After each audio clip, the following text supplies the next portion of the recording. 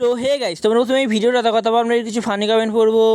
তো দেখো এই যে চলে এসেছে সুমি, আর সুমি সব সময় আউটফিটের দাম জিজ্ঞেস করে, আজকে আমি জিজ্ঞেস করব।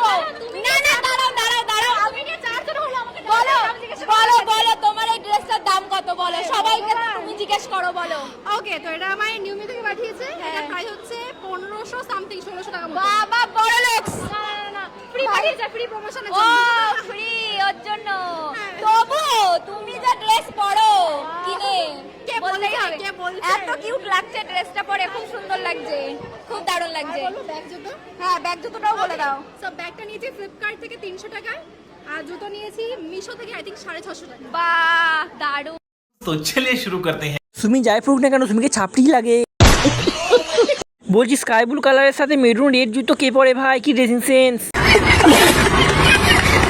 সুমি ছাপাটি বেশি ভাব নিতে গিয়ে হাস্যকর হয়ে যায় যখন দাঁড়ালো পাটা কেমন করলো।